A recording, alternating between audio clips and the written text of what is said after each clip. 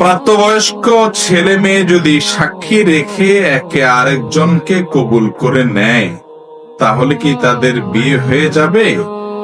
যদি বলে আমার মেয়েকে দিলাম। দেখেন, আল্লাহ মাফ করো, শয়তান যে কতভাবে বিভ্রান্ত করে, এবং এই সমস্ত প্রশ্নগুলো শুনে আমাদের অনেক ভাইরা বলেন এই সমস্ত আলতু ফালতু প্রশ্ন করে। আরে ভাই, আপনার কাছে আলতু ফালতু প্রশ্ন হতে পারে, ওই বেচারার কাছে এই প্রশ্ন অনেক গুরুত্বপূর্ণ হতে পারে না? একবার রমজান মাসে আমার মনে আছে, আমি দুপুরে মোবাইল, সাধারণত রমজান মাসে দিনের বেলা ফজরের পর একটু এশা টেশা করে তারপর আমরা ঘুমাই আমাদের বাসায় সবাই। তো লম্বা ঘুম দিয়েছি, মোবাইলটা সাইলেন্ট করে ঘুম থেকে উঠে দেখি একটা নাম্বার থেকে অনেকবার কল, বলে গেছি মানে 15-20 বার হবে, এরকম আরো বেশি হইতে পারে, এতবার কল একটা নাম্বার থেকে। তো তাড়াতাড়ি কল ব্যাক করলাম। একটা মানুষ এতবার কল দিছে, কে কোন বিপদে পড়ছে আল্লাহ জানে। ধরার পরে অপর প্রান্ত থেকে এক মহিলা ফোন ধরলো। ধরার পরে বললাম যে বোন, এতবার ফোন দিচ্ছেন, কোন অসুবিধা? বললো হুজুর, একটা জরুরি মাসালা দরকার আমার। আমি আচ্ছা বলেন বলেন।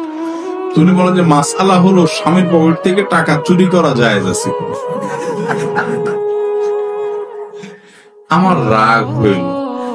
আমি বললাম যে এটা আপনার জরুরি মাসালা হলো? আপনি এতবার কল দিয়েছেন, আমি পরেশান হয়ে গেলাম দেখে।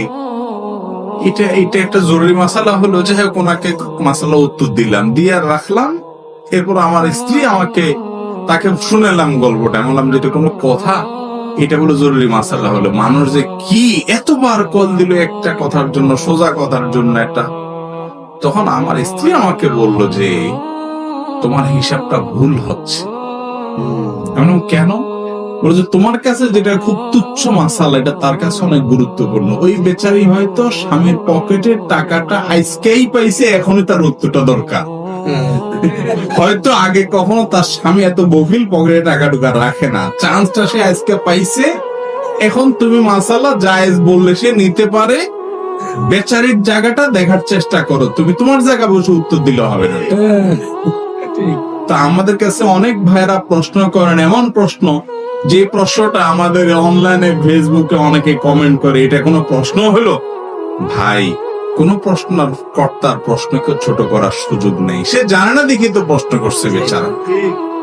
কত রকমের প্রশ্ন আছে, সব প্রশ্নই গুরুত্বপূর্ণ, কোন প্রশ্নই অগুরুত্বপূর্ণ না যদি কেউ জানার উদ্দেশ্যে করে থাকে, কারণ তা জানার কমতি থাকতে পারে। যাই হোক, মূল কথা হলো যে ভাই, কোন যুবক যুবতী, অনেকে আছে, অনেক যুবক যুবতীর শয়তান এসে প্রবোধ দেয়। শয়তান তো নানাভাবে বুঝায় যে মুসলমানের সন্তান জেনা তো করবে না, হারামে তো যাবে না। তো বলে যে ঠিক আছে, নিজেরা যারা বিয়ে পড়ে নেয়। কিভাবে বিয়ে পড়বি? বলে দুই কাঁধে দুই ফেরেশতা আছে না, দুজনটা সাক্ষী রাখ। এরকম করে কিন্তু অনেকে। আমার কাছে অনেক প্রশ্ন আসছে এরকম, যে অনেকে নাকি এরকম করে, দুই কাঁধে দুই ফেরেশতারে সাক্ষী রেখে বিয়ে করে। আবার অনেকে বলে যে আসমান জমিনের সাক্ষী রেখে বিয়ে কর, আল্লাহরের সাক্ষী রেখে বিয়ে কর। এখন আবার দেখলাম যে তারা নিজেরা নিজেদেরকে হয়তো সাক্ষী রেখে বিয়ে করার কথা মনে প্রশ্ন করছে।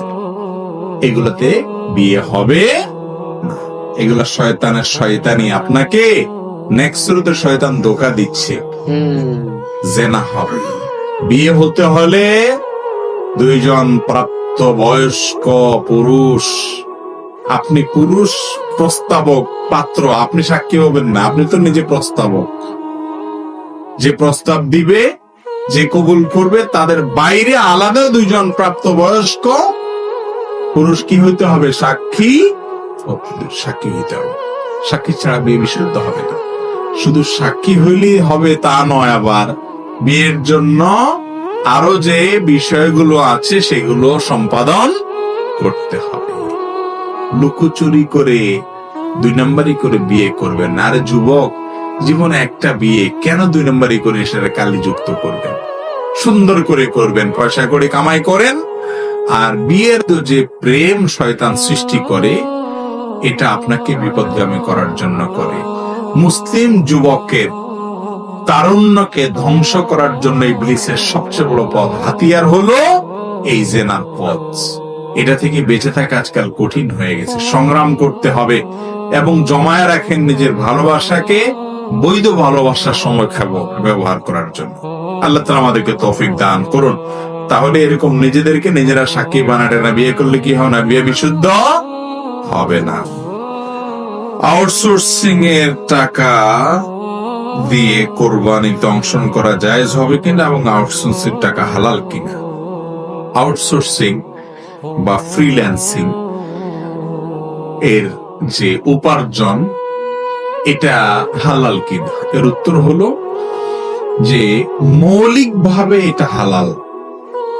দেখতে হবে আউটসোর্সিং করে আপনি কি কাজ করছেন, ফ্রিল্যান্সিং করে আপনি কি কাজ করছেন। আপনি অ্যাজ এ ফ্রিল্যান্সার যদি একটা হারাম কাজের অর্ডার নেন, ধরেন একটা মদের প্রোডাক্ট, এটা ডিজাইনের কাজ নিয়েছেন আপনি, তাহলে আপনার কাজটা হারাম হবে, এটার উপার্জন হারাম হবে।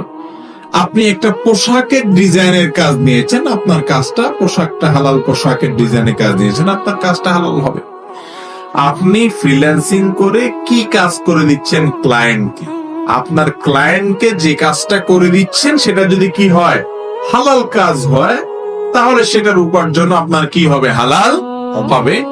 আর যদি সে কাজটা হারাম হয়, তাহলে তার উপার্জনটাও কি হবে, হারাম হবে। এটা হলো অনেকটা শেয়ার মার্কেটে বিজনেসের মতো। অনেকে এটাও জিজ্ঞাসা করেন যে শেয়ার মার্কেটে ব্যবসা করা জায়েজ আছে কিনা। মৌলিকভাবে শেয়ার মার্কেটে শেয়ার কেনা বেচার ব্যবসা করা এটা জায়েজ আছে। কোন কোম্পানির শেয়ার কিনছেন, তাদের কাজ কি, পলিসি কি, আপনি যে শেয়ার কিনছেন সেখানে কোন হারামের ভাগীদার হচ্ছেন কিনা, এটা হলো দেখার বিষয়।